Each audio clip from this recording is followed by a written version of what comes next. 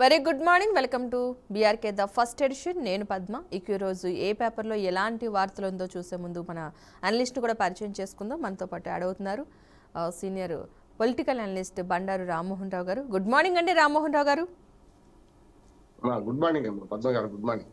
Okay, మనం ఇంకొక అంశానికి అయితే వద్దాం. తెలంగాణ అంశానికి తీసుకున్నట్లయితే కనుక నిన్న మాజీ మంత్రి హరీష్ రావుని సిట్ అధికారులు విచారణ చేయడం, ఆ అంశానికి సంబంధించి అయితే కొంచెం మాట రావడం జరిగింది.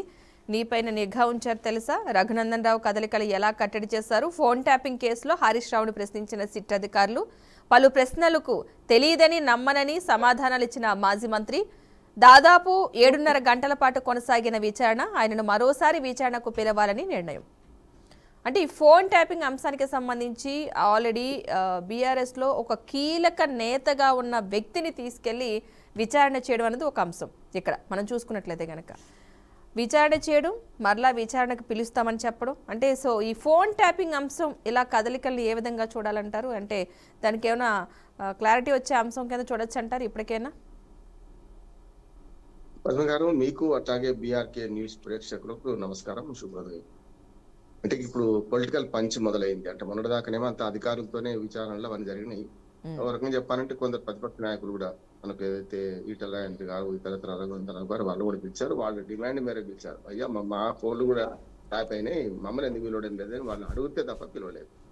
రాధాకిషన్ రావు గారు, తిరుపతి అన్న గారు, తర్వాత ప్రభాకర్ రావు గారు అందరి విచారణలు పూర్తయిని మళ్ళీ ప్రభాకర్ రావు గారిని మళ్ళీ మా కస్టడీకి ఇవ్వమంటే సుప్రీంకోర్టు మందలించింది. బుద్ధి లేదా, ఇంక ఎన్ని రోజులు చేస్తారు మీరు? 6 నెలలు అప్పచెప్పినా, ఇంకా ఆయనతో 4 సార్లు చేసినా కూడా మీకు కస్టడీకి అప్పచెప్పినా మీరు ఏం చేశారు? సమస్య లేదు, ప్రీబాడ్ ఉండియండి అని చెప్పి మొన్ననే చివాట్లు పెట్టింది. ఇప్పుడు ఏంటంటే ఇప్పుడు పొలిటికల్ పంచ్ ఎందుకు మళ్ళీ ఏంటంటే హరీష్ రావు గారితో పిలవడంతో మొదలైంది. హరీష్ రావు గారి సొంత మరదలు, మేనమామ బిడ్డ కవిత గారు కూడా నాది నా భర్తది కూడా ట్యాప్ చేశారు అంటారు. ఆమె పిలవాలి కదా, మరి ఆమె ఏం చెప్తుందో చెప్పాలి కదా. ఇంతకేందంటే బిగ్ బాస్ ఎవరు అని దాని చుట్టే తిరుగుతున్నది. చాలాసార్లు ఏమవుతుందంటే రాజకీయంగా ఈ కేసును నిజంగా రాజకీయాలు లేకుండా చేసి ఉంటే 2 ముక్కల్లో అయిపోద్దాం పద్మ గారు. అంటే చాలా వరకు రాజకీయ డ్రామా ఆడుతున్నారు ఇవన్నీ కూడా.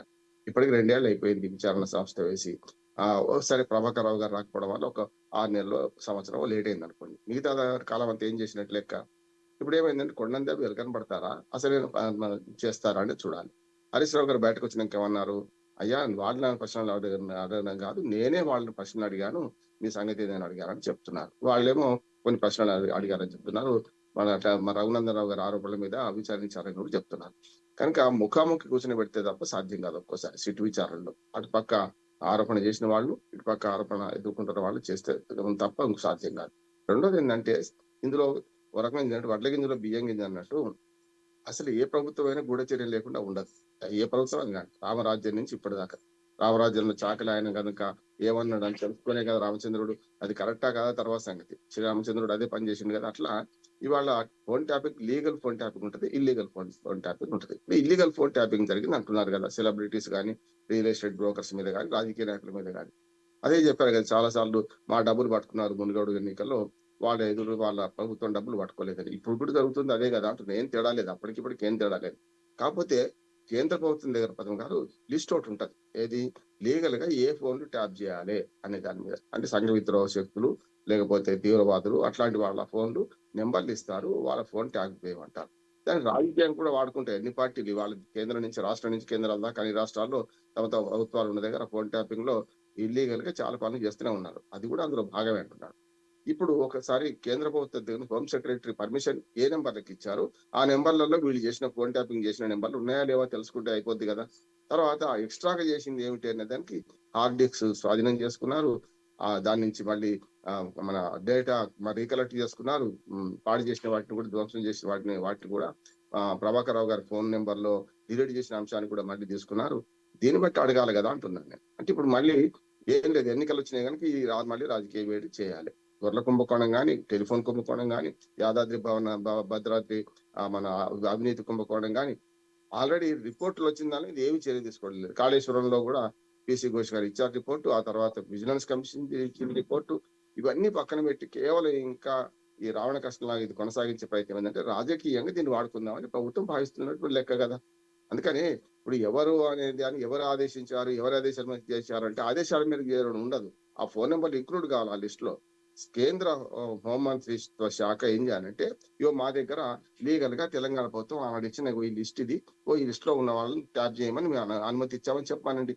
అప్పుడు ఏమవుద్దంటే అందులో ఈ నెంబర్లు ఉన్నాయా లేవో తెలుస్తది. ఎవరైతే వీళ్ళు ఆరోపణలు చేస్తున్నారో ఆ నెంబర్ లేకపోతే వాళ్ళని తప్పు చేసినట్టే కదా! మొదలు అధికారులు పోతారు జైలుకు. రాజకీయ నాయకులు ఎప్పుడు పోరు. ఫలానా నెంబర్ ట్యాప్ చేయమని హరీష్ రావో, కేసీఆర్, కేటీఆర్ లేకపోతే రేవంత్ రెడ్డో ఎవరు చెప్పరు అంటున్నారు. అందుకనే ఇవన్నీ కూడా ఫలానా ఆయన చెప్తే చేసినామంటే అందుకు ఆధారాలు ఉండాల్సి వస్తది. అధికారులు ఫస్ట్ జైలుకు పోతారు. గతంలో రాజశేఖర రెడ్డి గారి హయాంలో అది జరిగింది అదే. శ్రీలక్ష్మి, బీపీ ఆచార్య పోయింది కానీ పోయి మిగతా వాళ్ళు పోలేదు కదా! జగన్మోహన్ రెడ్డి గారి హయాంలో జరిగింది ఇది ఆంధ్రప్రదేశ్ లో. సంజయ్, సునీల్ కుమార్ వీళ్ళు జైలుకు పోయింది కానీ మిగతా వాళ్ళు పోలే కదా! రాజకీయ నాయకులు పోలే కదా! అందుకనే దీన్ని రాజకీయంగా వాడుకుందామని చూస్తే ఓ రకంగా కూడా ఉంటది. ప్రజా సమస్యగా భావించి అమాయకుల ఫోన్లు మామూలుగా సెలబ్రిటీస్, రియల్ ఎస్టేట్ వ్యాపారులు వాళ్ళ ఫోన్లు డబ్బులు గుంజడానికి చేసినట్టే తప్పని శిక్షించదగ్గ నేరమే టెలిఫోన్ యాక్ట్. దాని ప్రకారం అయితే చేయాల్సిన నేరమే. దాన్ని విచారించే క్రమమే తప్పుందని నేను అంటున్నాను. ఓకే. ఆ సమయంలో హరీష్ రావు కూడా అయిపోయిన తర్వాత ప్రెస్ మీట్ పెట్టడం కూడా జరిగింది. కావాలని రాజకీయం చేస్తున్నారు దీన్ని, అసలు అది సంబంధం లేదు, అదంతా కొట్టేసిన కేసుకి మళ్ళీ ఈ ప్రభుత్వం తరపు నుంచి మమ్మల్ని బదలాం చేయడానికి ఎలా చేస్తున్నారు అంటున్నారు. సో మరి ఈ వేళ వెర్షన్ ఏ విధంగా చూడాలంటారు? అదే ఇప్పటిదాకా చెప్పింది అదే. నేను ఏంటంటే వీళ్ళు చేస్తుంది అదే కదా! దీన్ని రాజకీయం చేయడం సమస్య వస్తుంది అంటున్నాను. నిజంగానే ఒక లిస్ట్ తెచ్చుకొని ఆ లిస్ట్ లో ఏం పేరేమని చేశారా? వీళ్ళ దగ్గర ఒక లిస్ట్ ఉంది. ప్రభాకర్ రావు గారి ఫోన్ మన రీట్రాక్ట్ చేశారు అవన్నీ చేశారు కదా! వాటిల్లో అన్ని కలిపితే ఏముందో చూసి చెప్పొచ్చు కదా అంటున్నాను. అంటే ఎంతసేపు దీన్ని కొనసాగిద్దాం అనుకుంటే ఏం చేయలేము మనం. అందుకని చెప్తున్నాను కదా! రిపోర్టులు వచ్చిన కేసుల్లో కూడా కొండని దెబ్బ ఎలకని పెట్టారు ఏం చెప్పలేదు కనుక ఇవాళ రాజకీయంగా ఈయన విలువడంతో మళ్ళీ సంచలనం రేగింది అంటున్నాను నేను. రేపొద్దున నీ బిడ్డని అంటుంది కదా, నీ మీద ఆరోపణ చేస్తుంది కదా అని ప్రతిపక్షాలు ఆరోపణ చేస్తుంటే అధికార పక్షం చేస్తుంటే సమస్య కాదు. కానీ అసలు సంగతి తేల్చాల్సింది అధికారులు కదా. సిట్టు వేసింది అందుకు కదా. ఇప్పటికి కూడా సిట్టు వేసింది ఏంటంటే దోషులు ఎవరో తేల్చి వాళ్ళ మీద ఎఫ్ఐఆర్ దాఖలు చేయాలి. కోర్టు కాదు, పాడు కాదు. సిట్ అనేది కేవలం స్పెషల్ ఇన్వెస్టిగేషన్ టీమ్ ఇది. దీనిలో రాష్ట్ర ప్రభుత్వం ఏం చేస్తుంది, ఎంక్వైరీకి ఆర్డర్ వేసింది. ఒక పోలీస్ స్టేషన్ పెట్టినట్లు లెక్క కొత్తగా ఈ కేసు మీద, ఇట్లాంటి కేసు మీద. అటువంటిప్పుడు వాళ్ళు ఏం చేస్తారు, ఆధారాలు సేకరించి దాని మీద ఎఫ్ఐఆర్ చేసేసి చేస్తారు. గతంలో ఇప్పుడు మాజీ మంత్రుల మీద కానీ వాటిలో చేయాలంటే గవర్నర్ పర్మిషన్ కావాలి. అవును కదా. మరి మన కార్ రేస్ కేసులో ఇప్పటికీ ఆల్రెడీ ఆ కేసు పెట్టమని చెప్పి గవర్నర్ పర్మిషన్ ఇచ్చాడు కదా. మరి కేటీఆర్ మీద ఎంతవరకు కేసు ఎందుకు పెడతలేరు? ఇవన్నీ ప్రశ్నలు వస్తాయి. అందుకని వారు హరీష్ రావు గారు వేసిన ప్రశ్నలలో రాజకీయంగా పక్కన పెడతాం కానీ వారు వేసిన ప్రశ్నలు సహేతుకమైనవి కదా. మీరు ఇన్ని రోజుల నుంచి చేస్తున్నారు, ఈ విచారణ ఏం తేల్చారు, ఏం తెలుసబోతున్నారు అని అడుగుతున్నారు కదా అంటున్నాను నేను. అందుకని ఇది విచారణ కోసం విచారణ తప్ప ఇంకోటి ఏం లేదనుకున్నాను. జరిగింది వాస్తవం. చాలా మంది సెలబ్రిటీస్ మళ్ళీ లేకుంటే వీళ్ళకు రియల్ ఎస్టేట్ వ్యాపారాలు వీళ్ళు చేసిండ్రు. వాళ్ళని కూడా అందరినీ పిలవలేదు అంటున్నాను ఇప్పటికి కూడా. అంటే బీజేపీ నాయకులు మాది కూడా ఫోన్ ట్యాప్ అయింది అంటే వాళ్ళని ఎందుకు పిలవలేదు? అంటే డిమాండ్ చేసి మమ్మల్ని పిలవడినట్టు చివరికి పిలిచారు. అట్లానే ఇంకోటి కూడా మాట్లాడచ్చు. ఇప్పుడు కవిత గారు కూడా ఆరోపణ చేస్తున్నారు కదా, ఆమె భర్తది కూడా అయినట్టు. మరి ఆమెను కూడా పిలవాలి కదా అంటే విచారణ నిజంగానే జరిగిందా లేదా, ఏమేమి ఉన్నాయని చెప్పి. అందుకని ఇవన్నీ ఎట్లా ఉంటాయంటే రాజకీయంగా ఇప్పుడు మళ్ళీ ఎలక్షన్స్ వస్తున్నాయి, మున్సిపల్ ఎలక్షన్స్. వాటికి వాడుకోవడానికి అని నేను అనుకుంటున్నాను. దీన్ని కేసును కేసుగా చూడడం లేదు. సిట్ కూడా ఒక రకంగా చెప్పి పెద్ద పొరపాటు చేస్తుంది. ఇప్పుడు నిన్నగాక మొన్న ప్రభాకర్ రావు మళ్ళోసారి పిలుస్తామంటే చివాట్లు పెట్టింది అందుకే కదా. ఓకే. ఇప్పుడు మనం తెలంగాణ సీఎం రేవంత్ రెడ్డి దావోస్ పర్యటనలో భాగంగా కొన్ని దిగ్గజ కంపెనీలు అయితే తెలంగాణ వైపు చూస్తున్నట్టుగా తెలుస్తుంది. దానికి సంబంధించిన అంశం అయితే ఉంది ఇక్కడ. స్కిల్ వర్సిటీలో భాగం కానున్న సౌదీ సంస్థ, ఏఐసిటీలో నాలెడ్జ్ హబ్కు ముందుకొచ్చిన రాయల్ ఫిలిప్స్, జీసీసీ ఏర్పాటుకు చొరవ చూపిన యూనిలివర్, దావోస్లో సీఎం రేవంత్ రెడ్డితో వివిధ అంతర్జాతీయ కంపెనీల ప్రతినిధుల భేటీ. అంటే వెళ్ళినందుకు కొన్ని కంపెనీలతో మాట్లాడడం జరుగుతుంది, పెట్టుబడులకు ఒప్పించే ప్రయత్నం కూడా జరుగుతుంది, కొన్ని కంపెనీలు అంగీకరించినట్టుగా కూడా తెలుస్తుంది. సో దీనివల్ల ఏమన్నా కాస్త తెలంగాణకు ఉపయోగకరంగా ఉండే అవకాశాలు ఉన్నాయంటారు ఈ దావోస్ పర్యటన ఏమన్నా? పద్మగారు, సంతలో పోయి కూరగాయలు కొనుక్కొనిచ్చేది ఈజీ కాదు ఇది సమస్య. ఎందుకంటే ఒక పరిశ్రమ మన దగ్గర రావాలంటే దానిలో మౌలిక వసతులు కల్పిద్దామని రాష్ట్ర ప్రభుత్వం హామీ ఇవ్వాలి. భారతదేశం పట్ల ఫస్ట్ వాళ్ళకు ఒక అభిప్రాయం. భారతదేశంలో మళ్ళీ ఏ రాష్ట్రాలకు పోవాలని దాన్ని కూడా 7 రాష్ట్రాలు పోటీ పడుతున్నాయి. మరి ఇప్పుడు వాళ్ళ దావోస్ సదస్సుకి వాళ్ళు కొత్త కాదు. గతంలో కేసీఆర్ అది మన కేటీఆర్ ఉన్నప్పుడు వాళ్ళు వెళ్ళారు. కేసీఆర్ ఎప్పుడు వెళ్ళారు కానీ కేటీఆర్ వెళ్ళారు మొదటి తప్ప. తర్వాత ఇప్పుడు లోకేష్ అట్లాగే ఆంధ్రప్రదేశ్ ముఖ్యమంత్రి చంద్రబాబు నాయుడు గారు కూడా వెళ్తున్నారు. గతంలో వెళ్ళారు, ఇప్పుడు కూడా వెళ్తున్నారు. అంతకుముందు జగన్మోహన్ రెడ్డి గారు కూడా వెళ్ళారు, ఇప్పుడు రేవంత్ రెడ్డి గారు వెళ్తున్నారు. మొత్తం 7 రాష్ట్రాల్లో మన దక్షిణాది రాష్ట్రాలు తమిళనాడు తప్ప కేరళ, కర్ణాటక, ఆంధ్రప్రదేశ్, తెలంగాణ ఈ 4 రాష్ట్రాల ముఖ్యమంత్రులు వెళ్ళారు ఇప్పుడు ఆ దావోస్ సదస్సుకి. అందుకని పైన గుజరాత్ గాని, ఇతరత్ర 4, 5 ఒరిస్సా గాని, ఇతరత్ర ముఖ్యమంత్రులు కూడా మొత్తం 7 రాష్ట్రాల ముఖ్యమంత్రులు వెళ్ళారు. కేంద్ర ప్రభుత్వ ప్రతినిధులు కూడా వెళ్ళారు. మా భారతదేశానికి పెట్టుబడి చెప్పి. వచ్చేటప్పుడు క్రిస్మస్ తాతలాగా వీళ్ళు ఏం చేస్తున్నారంటే ప్రతి చలికాలం ఇప్పుడేమో జనవరిలో దావోస్ లో సదస్సు అంతా స్విట్జర్లాండ్ లో ఈ సంతలో ఏం చేస్తున్నారంటే మా వైపు చూడండి, మా దగ్గర పరిశ్రమలు పెట్టండి అంటారు. 7 లక్షల కోట్లు, 5 లక్షల కోట్లని ఈ రాగానే డబ్బా కొట్టుకుంటారు. చివరికి 5,000 కోట్ల, 10,000 కోట్లు కూడా అక్కడ అమలుగా సాధ్యం కనిపించడం. కనుక ఇవన్నీ చూస్తుందంటే వాళ్ళు వెళ్ళి వచ్చే ఖర్చు కూడా పెడుతుందా లేదా అనే సమస్య. అందుకని ఈసారి ఏం చేస్తున్నారంటే ఎన్ని గ్రౌండ్ అయినాయి, ఏ పరిశ్రమలు గ్రౌండ్ అయినాయి, ఎట్లా అనే దాని మీదనే కొంత వరకు ఆలోచన చేస్తున్నట్టు అర్థమవుతుంది. ఆంధ్రప్రదేశ్ రాష్ట్రానికి అయితే మన గర్వకారణం ఏంటంటే ఒక స్పెషల్ మన కియాస్క్ కేటాయించారు. దానికి ఒక పెద్ద ప్లేస్ కేటాయించారు. అంటే ఆంధ్రప్రదేశ్ పరిశ్రమలు ఎందుకు పెట్టాలి ఏం సంగతి కూడా చెప్పడానికి. తెలంగాణకి మళ్ళీ మామూలుగానే వాళ్ళ భారతదేశం ఏర్పాటు చేసిన ప్లేస్ లోనే మన వాళ్ళు కూడా ప్రజెంటేషన్ చేస్తున్నారు. ఒక 4-5 ప్రజెంటేషన్స్ ఇవాళ చేస్తారు వాళ్ళు. రేవంత్ రెడ్డి గారు కానీ ఇతర పరిశ్రమల శాఖ మంత్రి వాళ్ళు కానీ చేస్తారు. దీనిలో ముఖ్యంగా ఏంటంటే ఈ పరిశ్రమలు రావడానికి అవసరమైన అనువైన భూములు ఉన్నాయి. మేము చౌకగా ఇస్తాం, అట్లాగే నీళ్లు ఇస్తాం, ఎలక్ట్రిసిటీ ఇస్తాం, అట్లాగే రోడ్లు ఇస్తాం, కమ్యూనికేషన్ ట్రాన్స్పోర్టేషన్ కల్పిస్తామని చెప్పి వీళ్ళు హామీ ఇచ్చి ఇక్కడ తీసుకొచ్చుకోవాలి. 10 మంది అక్కడ హాజరై ఆసక్తి వ్యక్తీకరణ అంటారు. మరి ఆసక్తి వ్యక్తీకరణ బాండ్ల మీద సంతకాలు పెట్టుకొని ఇప్పుడు అండర్స్టాండింగ్ మెమో ఆఫ్ అండర్స్టాండింగ్ MOUలు కుదుర్చుకున్న తర్వాత వాళ్ళు ఇక్కడికి వచ్చినాక ఎట్లా యాక్ట్ చేస్తారు, ఏ రకంగా వాళ్ళు తీసుకుంటారనే దాన్ని బట్టి పరిశ్రమలు వస్తాయి. ఇప్పటికైతే లక్షల కోట్ల పరిశ్రమలను ప్రకటిస్తున్నారు. పోయినసారల్లా వచ్చిన తర్వాత ఏముండడం లేదు. అది వేల కోట్ల పరిశ్రమలు కూడా రావడం లేదని మన ఆరోపణ.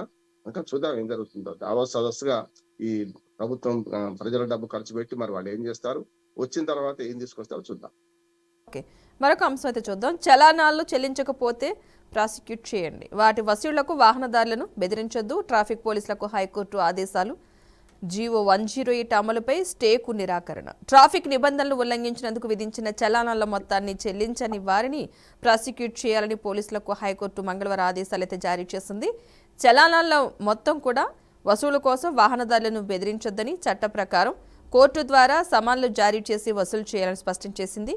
చలానాలను ఆన్లైన్లో చెల్లించే వారికి ఆ అవకాశం ఇవ్వాలంది. సాధారణ విధుల్లో భాగంగా వాహనాల తనిఖీలు నిర్వహించడానికి ఈ ఉత్తర్వులు అడ్డంకి కాదని స్పష్టం చేసింది. ట్రాఫిక్ నిబంధనల ఉల్లంఘనకు పాల్పడిన వారికి జరిమానా విధించి చలానాలు వసూలు చేయడం తథ్యం. సో ఈ అంశాన్ని అయితే హైకోర్టు చేసింది. ఎందుకంటే ఈ చలానాల విషయంలో కొంచెం వాహనదారులు కొంతమంది ఇబ్బంది పడుతున్న మాట అయితే వాస్తవం. బెదిరించి అప్పటికప్పుడు వసూలు చేస్తున్నది, కానీ నోటీసులు ఇవ్వండి అని చెప్పేసి చెప్పడం. సో ఈ అంశాన్ని మనం ఏ విధంగా చూడాలంటారు? చట్టం తన పని తాను చేసుకుపోవాలని చెప్పి హైకోర్టు ఆర్డర్ ఇచ్చింది. మొన్న ముఖ్యమంత్రి రేవంత్ రెడ్డి గారు మధ్యాహ్నం చిట్ చాట్ లో మాట్లాడుకుంటూ ఎవరైతే ఫైన్ కట్టరో వాళ్లకు డైరెక్ట్ గా వాళ్ళ అకౌంట్ నుంచి డబ్బు తీసుకుంటారు. దోపి ఎవరు రకంగా చెప్పాలంటే కట్టేటట్టు ఏర్పాటు చేయండి. దాని మీద చాలా ఆరోపణలు వచ్చినాయి. అయ్యా మీరు ఇచ్చిన హామీలు కూడా మీరు ఇవ్వలేదు కదా, మరి ప్రభుత్వం నుంచి కానీ లేకపోతే మీ సొంత అక్కడి నుంచి కూడా మేము కూడా కట్ చేసుకోవచ్చా, మాకు కూడా అవకాశం ఇవ్వండి, మాకు ఇవ్వాల్సిన బకాయిలు ఇవ్వడం లేదు. కానీ పెన్షన్దారుల నుంచి మొదలుకొని వాళ్ళు లీగల్ గా ఉద్యోగ విరమణ చేసిన తర్వాత కూడా మాకు డబ్బులు రావలేదు, మాకు గ్రాట్యుటీ కానీ ఇతరత్ర ఎట్లా పెన్షన్లు లేవు, పాత వాళ్ళకు పెన్షన్లు ఉన్నాయి, కొత్త వాళ్ళకి అది కూడా లేదు. కనుక వాటిని ఎట్లా మీరు మీ అకౌంట్ నుంచి డ్రా చేసుకోమంటారా, లేకుంటే ఆటోమేటిక్ గా కటింగ్ పెట్టమంటారా అని చెప్పి విమర్శలు వచ్చినాయి. అందుకని కొంతమంది కోర్టుకు పోయేమన్నారంటే చాలా మంది వాహన వినియోగదారులను పోలీసులు బెదిరిస్తున్నారు. ఏంటంటే నిజంగా నోటీస్ ఇవ్వాలి. 3 ఛానళ్లు పెండింగ్ లో ఉంటే బండి పక్కకు పెట్టడానికి కూడా అందరికి అధికారం లేదు. ట్రాఫిక్ పోలీసులు తప్ప మామూలు పోలీసులు బండి పక్కకు పెట్టి తీసేయడానికి కూడా అధికారం లేదు. చట్టం తన పని తాను చేసుకుపోవాలన్నారు. 3 సార్లు అయితే మనకు చట్టం ఉంది కదా, RTA చట్టం దేశమంతా ఉంటది. ఎక్కడికక్కడ జీవోల ద్వారా లోకల్ గా వాటిని రూల్స్ తయారు చేసుకుంటారు. ఇక్కడ కూడా అదే. వాళ్ళు ఏం చేయొచ్చు అంటే 3 ఛానళ్లు పెండింగ్ లో ఉంటే బండిని సీజ్ చేసే అవకాశం ఉన్నది. రెండోది ఏంటంటే బండి సీజ్ చేయకుండా మొట్టమొదటి కోర్టుకు కొట్టించి నోటీసులు పంపాలి, కోర్టుకు పోయి కట్టుకుంటారు. అందుకని ఫైన్ చేసే అధికారం మాకుంటుంది, కానీ మీకెందుకు ఉంటుంది? ఫైన్ వసూలు చేసే అధికారం మీకు ఉండాలంటే మాకు మొట్టమొదటి కోర్టుకు తీసుకురావాలని చెప్పి హైకోర్టు అదే స్పష్టం చేసింది. ఆ పాత జీవోను కొట్టేలే, కానీ ఆ జీవోలో ఉన్న అంశాలను కొన్ని చట్ట ప్రకారం వెళ్ళమని చెప్పింది. అది మంచిది అంటున్నాను. ఎందుకంటే పోలీసులు జులుం కూడా పనికిరాదు కదా, ఏదో పని మీద పోతుంటారు. ఒక్కోసారి మనం వేగ నియంత్రణ సరిగ్గా లేక 2 కిలోమీటర్లు అటు ఇటుగా అవుతుండొచ్చు, స్పీడ్ గా పోవచ్చు. అప్పుడు ఏం చేస్తారు, ఫైన్ పడుతుంది కదా, ఫైన్ కడితే అయిపోతుంది. ఫైన్ అప్పుడే కట్టాలని లేకపోతే మనం విడిచిపెట్టేది లేదని మాత్రం ఒత్తిడి చేయాల్సిన అవసరం లేదని చెప్పి హైకోర్టు అడ్రస్ సరైన. రామ్మోహన్ రావు గారికి మరొక అంశం కూడా ఇవ్వడం జరిగింది. సినిమా టిక్కెట్ల ధరల పెంపుకు సంబంధించి 90 రోజులు ముందే వెల్లడించాలంటూ కూడా చెప్పడం జరిగింది. పెంచవద్దన్నా పట్టించుకోరా, ఉత్తర్వులు ఉండగా ఎలా అనుమతించారు? హోంశాఖ కార్యదర్శి తీరుపై హైకోర్టు ఆగ్రహం, సుమోటో కోర్టు ధిక్కరణగా నోటీసులు అయితే జారీ. సో ఈ సినిమా టికెట్ల అంశం కూడా ఈ మధ్యకాలంలో బాగా ఇదైపోతుంది. సినిమా టికెట్ల ధరలు పెంచడం, దానివల్ల సామాన్యులు కూడా ఇబ్బంది పడే పరిస్థితి. పెంచకపోతే నిర్మాతలు ఇబ్బంది పడతారని వాళ్ళు అంటున్నారు. పెంచితేనేమో సామాన్యులు కూడా అసలు మధ్యతరగతి ప్రజలు చూసే పరిస్థితి కాదు. అయినా సరే హైకోర్టు ఈ విషయంలో అయితే ఉత్తర్వులు ఇచ్చింది. ముందుగానే అసలు టికెట్ ధరలు పెంచొద్దు అని చెప్పడం, వీళ్లే పెంచమని చెప్తున్నారు, వీళ్లే పెంచుతున్నారు. సో ఈ అంశానికి సంబంధించి 90 రోజులు ముందే వెల్లడించాలి, ముందే చెప్పాలని చెప్పడం జరిగింది. సో ఈ అంశానికి సంబంధించి ఏ విధంగా చూడాలంటారు?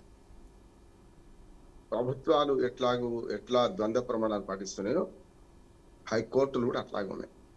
మొన్నదాకా ఇదే కోర్టు ఏమన్నది, మీరు ధనవంతులు డబ్బులున్నవాడు మొదలు చూడండి, మీకు నష్టం ఏముంది, 4 రోజుల తర్వాత చూడండి మిమ్మల్ని పేదలను అవమానించింది ఇదే కోర్టు. 4 రోజుల తర్వాత చూడండి నష్టం ఏంటి, 4 రోజులు డబ్బున్నవాడు చూస్తారని, డబ్బున్న వాడికి మొదటి అవకాశం ఇస్తామని చెప్పి హైకోర్టే సమానత్వానికి వ్యతిరేకంగా మాట్లాడితే ఏమైంది, సింగిల్ పెంచి ఇచ్చిందని డబుల్ పెంచి కొట్టేసింది కదా.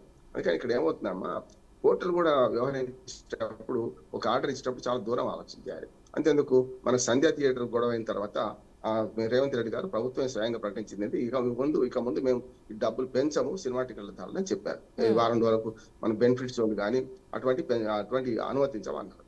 తీరా మరి హీరోలను బట్టి అనుమతించడం ఏమిటిది? మొన్న ఏమైంది, మన రాజా సాబును శివశంకర వరప్రసాద్ మధ్యన పోటీలో మేమో ఇష్యూ చేయడంలో రెండో ఒకటే చేసి కూడా కొందరికి లాభం చేశారు, కొందరికి నష్టం చేశారని మాట కూడా వస్తుంది కదా, చూస్తున్నాం కదా. సరే ఆ కులాల పంచాయతీ మనకు అవసరం లేదు, కానీ అది ఒకటి వచ్చింది కదా. అందుకనే ఇవ్వము అన్నవాడే మన జూబ్లీ హిల్స్ ఎన్నికల్లో రేవంత్ రెడ్డి గారు వెళ్ళేమన్నారు, పెంచొద్దని అన్నారు. మళ్ళీ పెంచితే దానిలో సినిమా కార్మికులు వాటా ఇవ్వాలి అన్నాడు. కరెక్టే, మంచిది, పెంచితే వాళ్ళకి వాటా ఇవ్వాలి కదా. ఇప్పుడు దాకా ఇచ్చారు ఎవరన్నా, ఆయన అన్నమాట చెల్లిందా? ఏం చెల్లడే కదా. అంటే వాళ్ళ సినిమాల కోసం హీరోలు పైరవి చేసుకొని వాళ్ళ ప్రభుత్వం దగ్గర హోంశాఖ దగ్గర నుంచి ఆర్డర్లు పొందుతున్నారు. నిజంగా చెప్పాలంటే అసలు సినిమాటోగ్రఫీ మంత్రి ఉన్నాడా లేడా అనిపిస్తుంది. మొన్ననే అన్నారు కదా మన కోమటిరెడ్డి వెంకటరెడ్డి గారు, నేను పట్టించుకోవడం లేదు, నాకు సేమ్ తెలకుండా ఆర్డర్ వచ్చింది అంటున్నాడు. హోంశాఖ మంత్రి ఎవరు? రేవంత్ రెడ్డి గారు. మరి హోంశాఖ నుంచి ఎందుకు మనకు బయటకు వచ్చింది ఆర్డరు? అంటే ఇవన్నీ కూడా పెద్ద ఎత్తున తస్మదీయుల కోటి అనే పరిస్థితి వస్తున్నది. కనుక హైకోర్టు మొన్న ఏమన్నదంటే పెంచమన్నారు కదా, మళ్ళీ ఎందుకు పెంచుతామన్నారు మళ్ళీ ఇప్పుడు. ఎందుకంటే పెంచితే నష్టం ఏమైంది మీకు అని, అదేమో హైకోర్టు అని, వాళ్ళు పెంచమన్నారు కదా మళ్ళీ ఎందుకు పెంచారు, ఇక నేను నిర్ణయం తీసుకోండి చెప్పి కొట్టి పడేసింది కదా. అందుకని కోర్టులు అట్లా వ్యవహరిస్తున్నాయి, ప్రభుత్వాలు అట్లా వ్యవహరిస్తున్నాయి, ప్రజలు ఏమో మధ్యలో నలిగిపోతున్నారు. రెండోది కూడా కోర్టు అన్న ఒక మాట మంచిది ఏంటంటే, ఇంత హీరోల పట్ల అభిమానం పెంచుకొని ఇవాళ ఇప్పుడు హైకోర్టు అనేది కూడా కదమ్మ పద్మ గారు, గతంలో సుప్రీంకోర్టు మంచి మాట లేదు, మీరు వేల కోట్ల రూపాయలు పెట్టుబడి ఎందుకు తీస్తున్నారు సినిమాలు, దాన్ని వసూలు చేసుకోవడానికి ప్రభుత్వం దగ్గరికి వచ్చి మళ్ళీ ఈ డబ్బులు రాయితీలు ఎందుకు అడుగుతున్నారు, లేకపోతే ఇవి చేస్తున్నారు అనే మాట అన్నది. నిజంగా చెప్పాలంటే ఎవరికి ఇవ్వాలి రాయితీలు అంటే, ఒకనాడు సామాజిక మన సమస్యలను వెలుగు తీసుకురావడంలో సామాజిక చైతన్యం తీసుకొచ్చే సినిమాలకు ఇచ్చేవాడు. ఒక రకం సుడిగుండాలు, మన లాంటి నాగేశ్వరరావు గారు తీసిన సినిమా పిల్లలకు పనికొచ్చే సినిమా, అట్లాంటి వాటికి వినోద పన్ను రద్దు చేశారు. ఇంకా గట్టిగా మాట్లాడితే అటువంటిది చేయాల్సింది పోయి వాడు వసూలు చేసుకోవడానికి మీ 600 కోట్లు ఖర్చు పెట్టాం, 1000 కోట్లు ఖర్చు పెట్టాం, సినిమా కంటే 600 కోట్లు ఒకే రోజు రావాలని దాంతో ఇట్లా చేస్తే సినిమా నిర్మాతలు, సినిమా హీరోలు వీళ్ళందరూ లాబింగ్ చేయడానికి వస్తుందని అర్థమవుతుంది. కనుక హైకోర్టు ఇప్పుడు ఇచ్చిన ఆర్డర్ నేను పూర్తిగా సమర్థిస్తున్నాను. ఎందుకంటే మీరు పెంచమన్నారు కదా, మరి కోర్టు ధిక్కరణ కిందికి రాదా అని నోటీసులు ఇచ్చారు. దీనికి సమాధానం చెప్పుకోవాల్సిన బాధ్యత ఇప్పుడు ఈ ప్రభుత్వానికి ఉన్నది. ఓకే, మనకి ఏపీ అంశానికి వెళ్ళినట్టయితే కనుక already AP CM Chandrababu Naidu కూడా దావోస్ పర్యటనలో పెట్టుబడుల లక్ష్యంగా అక్కడ పర్యటనలు కూడా చేస్తున్నారు. దానికి సంబంధించి 91,000 కోట్ల పెట్టుబడి, 1,00,000 ఉద్యోగాలు అంటూ కూడా చెప్పడం జరిగింది. విశాఖ రాయలసీమలో డిజిటల్ ఇండస్ట్రియల్ లాజిస్టిక్స్ పార్కుల ఏర్పాటు, దావోస్లో ఏపీ సర్కారు ఆర్ఎజెంట్ ప్రకటన, సదస్సులో సీఎం చంద్రబాబు కీలక భేటీలు, ఐబీఎం చైర్మన్ అరవింద్ కృష్ణతో సమావేశం, క్వాంటమ్ ఇన్నోవేషన్ సెంటర్ ఏర్పాటుకు వినతి, ఫుడ్ ప్రాసెసింగ్ క్లస్టర్ ఏర్పాటుకు యూఏఈ ఓకే, ఆ దేశ ఆర్థిక మంత్రితో ముఖ్యమంత్రి భేటీ, గూగుల్ క్లౌడ్ సీఈఓతోనూ సమావేశం, విశాఖలో ఏఐ డేటా సెంటర్ నిర్మాణంపై చర్చ, రామ్మోహన్ నాయుడు, లోకేష్ భరత్ హాజరు. సో ఏఐ సంబంధించి కూడా అటు విశాఖలో డేటా సెంటర్ ఏర్పాటుకు సంబంధించి కూడా ఈ దావోస్ పర్యటనలో భాగంగా అక్కడ సంస్థలతో మాట్లాడడం జరుగుతుంది. 91,000 పెట్టుబడులు తీసుకురావడానికి లక్ష్యంగా 1,00,000 ఉద్యోగాలు వచ్చేటట్టు.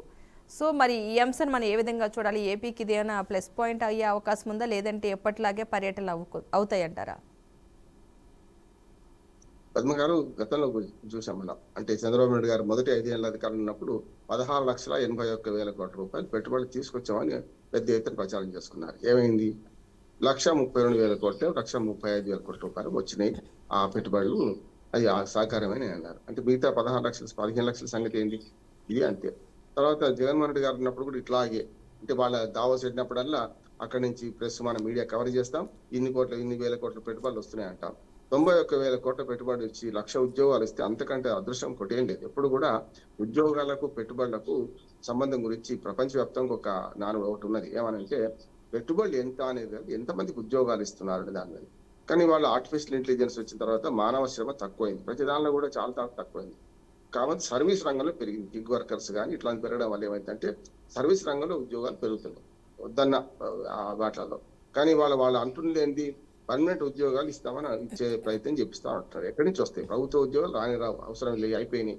ఆల్మోస్ట్ ఆల్ ఈ పాత టీచర్ల సంఖ్య చూసినా, పిల్లల సంఖ్య చూసినా, విద్యా హక్కు చట్టం అంతా తక్కువ ఉన్నారు. 1:16 ఉన్నారు ఆంధ్రప్రదేశ్ లో. అయితే టీచర్ల సంఖ్య చూసుకుంటే 30 మంది 16 మంది పిల్లలు ఉంటే ఒక ఉద్యోగి ఉన్నాడు, ఒక టీచర్ ఉన్నాడు చూస్తున్నాం. కనుక ప్రభుత్వ రంగంలో పోయింది కనుక 5 లక్షల ఉద్యోగాలు ప్రతి సంవత్సరానికి 20 లక్షల ఉద్యోగాలు 4 ఏళ్లలో ఇస్తామన్నారు కదా ఇది చంద్రబాబు నాయుడు గారు. దానికి తగ్గట్టుకి లెక్కలు చెప్తున్నారు. సమస్య లేదు, అంత వచ్చే అవకాశం లేదు. కాబట్టి 91,000 కోట్ల పెట్టుబడులను వచ్చి 1,00,000 ఉద్యోగాలు కావు, అందులో సగం వచ్చినా మనం సంతోషించాల్సిందే. దావోస్ లో ఒక మంచి ముఖ్యమైన సూచన ఏంటంటే, ఇప్పుడు ఇంతకుముందు చెప్పాను కదమ్మా, వాళ్ళు అక్కడ మనకు ఆంధ్రప్రదేశ్ కు కియాస్ వేరే కేటాయించుకొని ఆ ప్లేస్ కు ఆంధ్రప్రదేశ్ పెట్టుబడుల గురించి ఆకర్షించే ప్రయత్నం చేస్తున్నారు. మీరు అన్నట్టు యువ నాయకుడు విమానయాన శాఖ మంత్రి రామ్మోహన్ నాయుడు గారి నుంచి మొదలు పెడితే కేంద్ర రాష్ట్ర మంత్రులు కూడా చాలా మంది పోయారు, కేంద్ర ఎంపీలు కూడా పోయారు. ఇది మంచిది అంటున్నాడు. అంటే మనం కన్విన్స్ చేసుకోవడం, ఆ పరిశ్రమలు పెట్టడానికి వచ్చే వాళ్ళు కన్విన్స్ చేసుకోవడం, ఆంధ్రప్రదేశ్ లో ఏ అవకాశాలు ఉన్నాయి, విశాఖ ఏమిటి, రాయలసీమలో ఏమిటి అని. రెండోది కూడా ఆలోచించాలి, ఉన్న పరిశ్రమలు పోకుండా చూసుకుంటే చాలు వెళ్ళి అంటున్నాడు. గతంలో అమరాన్ని ఏమైంది చూసినాం కదా, గలా జయదేవ్ తీసుకొచ్చి హైదరాబాద్ ఇంకో సెట్ పెట్టుకుంటా అన్నారు. అందుకని హైదరాబాద్ తో కూడా పోలికలు పెట్టుకోవడం వల్ల ఈ సమస్య. ఇప్పుడు పులిని చూసి నక్కవాతలు పెట్టుకున్నట్టు హైదరాబాద్ మాట్లాడితే హైదరాబాద్ కంటే అద్భుతంగా చేస్తాం ఎందుకంటున్నారు? మాకున్నది విశాఖపట్నం, ప్రపంచవ్యాప్తంగా అత్యంత వేగంగా పెరుగుతున్న నగరం. అక్కడ పెట్టండి నేను చెప్పండి. ఒక రకంగా చెప్పాలంటే రాయలసీమలో మంచి అవకాశాలు ఉన్నాయి, కడపలో కానీ ఇతరత్ర కొన్ని అవకాశాలు కల్పించినవి ఉన్నాయి, వాటాలు పెడతామని చెప్పండి. అందుకని ఉన్న వాటిని ఇప్పుడు కియా లాంటి పరిశ్రమ పోకుండా చూసుకోండి. అంటే ఇవన్నీ కూడా రాజకీయ విధానంతో కంటే ఒక విజన్ ఉన్న నాయకుడు కనుక చంద్రబాబు నాయుడు గారు చేస్తారని నాకు నమ్మకం ఉన్నది స్పష్టంగా. గతంలో కంటే చంద్రబాబు నాయుడు గారు వరకు 4 దశాబ్దాల నాయకుడు, అట్లాగే ఒక విజన్ గల నాయకుడు చేసే ప్రయత్నం చేస్తున్నాడు. కానీ దాన్ని ఏం చేస్తున్నారంటే ఆంధ్రప్రదేశ్ లో జగన్మోహన్ రెడ్డి గారి కంటే బ్రహ్మాండంగా చేస్తున్నామని చెప్పి ఏదో పెట్టుబడుల గురించి ఎక్కువ చెప్పడం వల్ల ఏమైందంటే తర్వాత పలచన అయిపోతారు అంటున్నాను. దావోస్ లో ఏం జరుగుతుందో ఎప్పటికప్పుడు దాన్ని రిపోర్ట్ చేసే బాధ్యత మనది. కానీ దాన్ని ఇంటికి వచ్చిన తర్వాత సమీక్ష చేసుకొని పోయిన సంవత్సరం ఏం జరిగింది, ఏ పెట్టుబడులు వస్తాయని, వచ్చినాయి రాలేదా, వాళ్ళకి ఏమైనా సహకరించిందా లేదా అనే దాన్ని చేస్తే బాగుంటది. రెండు రాష్ట్ర ప్రభుత్వాలు కాదు, దేశం అంతా కూడా పరిశ్రమలు ఆహ్వానిస్తే మనకు మంచిదే కదా, దేశం బాగుపడుతుంది, మన రాష్ట్రాలు బాగుపడతాయి. చూద్దాం ఏం జరుగుతుంది. ఓకే, మరొక అంశాల సంగతి చూసుకున్నట్లయితే కనుక వివేక హత్య కేసులో సిబిఐ తీరుపై సుప్రీం అసహనం. ఇంకా ఎవరినైనా విచారించాలా, కస్టడీలో ఎవరినైనా తీసుకుంటారో చెప్పండి, దానికి తగ్గట్లు ఉత్తర్వులు ఇస్తాం. పిటిషన్లోని అంశాలు సిబిఐ కోర్టు పట్టించుకోలేదు, ప్రస్తావించని పరిగణించింది లూద్రా వాదనలు. మాజీ మంత్రి వైఎస్ వివేకానందరెడ్డి హత్య కేసు దర్యాప్తులో సిబిఐ వ్యవహరిస్తున్న తీరుపై సుప్రీంకోర్టు కీలక వ్యాఖ్యలైతే చేసింది. దర్యాప్తు పట్ల స్పష్టమైన వైఖరితో ఉండాలని, ఊగిసలాట వద్దని సిబిఐని మందలించింది. ఇక ఈ కేసులో ఇంకా లోతైన దర్యాప్తు ఏమైనా మిగిలి ఉందా అని ప్రశ్నించింది. మరింత విచారణ కోసం ఎవరినైనా కస్టడీలోకి తీసుకోవాలా అంటున్నారా అని చెప్పేసి ఆరా తీసింది. ఒకవేళ అలా ఆలోచిస్తే ఎవరిని విచారించాలనుకుంటున్నారో ఆ వివరాలు స్పష్టంగా ఇవ్వాలంటూ కూడా ఆదేశాలు ఇచ్చింది. సో ఈ వివేక హత్య కేసుకు సంబంధించి చాలా రోజుల నుంచి నలుగుతుంది, ఒక ఫైనల్ అయితే రావట్లేదు, ఇంకా విచారణలు కొనసాగుతూ ఉన్నాయి. సో ఈ అంశాన్ని మనం ఏ విధంగా చూడాలంటారు? ఆయన హత్య జరిగి 7 సంవత్సరాలు దాటి 8వ సంవత్సరం అడుగుపెట్టింది. అవును, అప్పటి నుంచి ఇదే జరుగుతుంది చూస్తున్నాం కదా. ఒకవైపు ఏమో బహిరంగ స్నేహితులు, ఇది టీడీపీ కూటమి ప్రభుత్వంలో ఉన్నది. ఒకవైపు మరొక రహస్య స్నేహితుడు. గత 5 ఏళ్లుగా బీజేపీ ఏం చేసింది, రహస్య స్నేహితుడుగానే ఉంచింది మన జగన్మోహన్. కనుక ఈ సిబిఐ విచారణ ఒక హత్య కేసులో, అదిగాక ఆయన కూతురు సునీత గారు ఇన్వాల్వ్ అయి పిటిషన్లు వేసిన తర్వాత కదా ఈ మాత్రం చలనం వచ్చింది. అందుకని సుప్రీంకోర్టు నిన్నగా మనం మాట్లాడుతున్నాం అమ్మా ఈ విషయంలో. అదే చెప్తున్నాను నేను. ఎందుకంటే కోర్టు మందలించినా కూడా వీళ్ళకు దున్నపోతు మీద వాన పడ్డట్టే ఉంది, సమస్య లేదు అంటున్నాను. ఇప్పటికైనా సరే 8 ఏళ్ల తర్వాత కూడా వివేకానంద రెడ్డి హత్యది మొదలు గుండెపోటు అన్నారు, బాత్రూమ్ లో గాయాలను గొడ్డల నుంచి గుండెపోటుకు తీసుకొచ్చారు, చూసాం అది. ఆ కేసు చాలా వరకు అవినాష్ రెడ్డి అరెస్ట్ చేయడంలో వాళ్ళు రాయలసీమకు వచ్చి అక్కడ గొడవ జరుగుద్దని వెనక్కి వెళ్ళిపోయిన సందర్భం చూసినాం.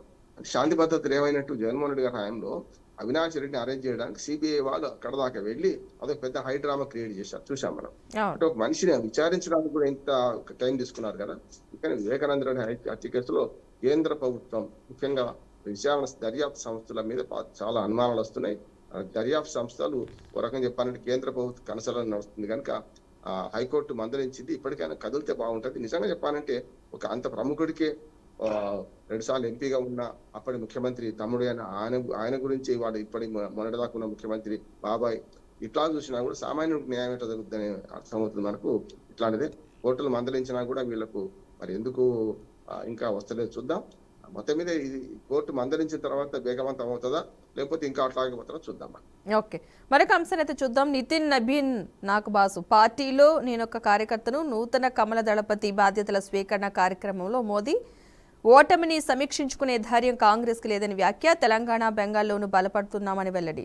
పార్టీకి సంబంధించిన విషయాల్లో తానొక కార్యకర్తను మాత్రమేనని తనకు బాసు నితిన్ నబీన్ అని ప్రధాని నరేంద్ర మోదీ పేర్కొన్నారు. కార్యకర్తగా పార్టీలో నా పనితీరు నివేదికను కొత్త అధ్యక్షుడికి ఇస్తున్నా నా సిఆర్ను ఇప్పుడు ఆయన రాస్తారు. ఆయన మార్గదర్శనం కోసం నిరీక్షిస్తున్న భాజపాతో పాటు ఎన్డీఏ కూటమి పక్షాలన్నింటి సమన్వయ బాధ్యత ఆయనదే అని చెప్పారు.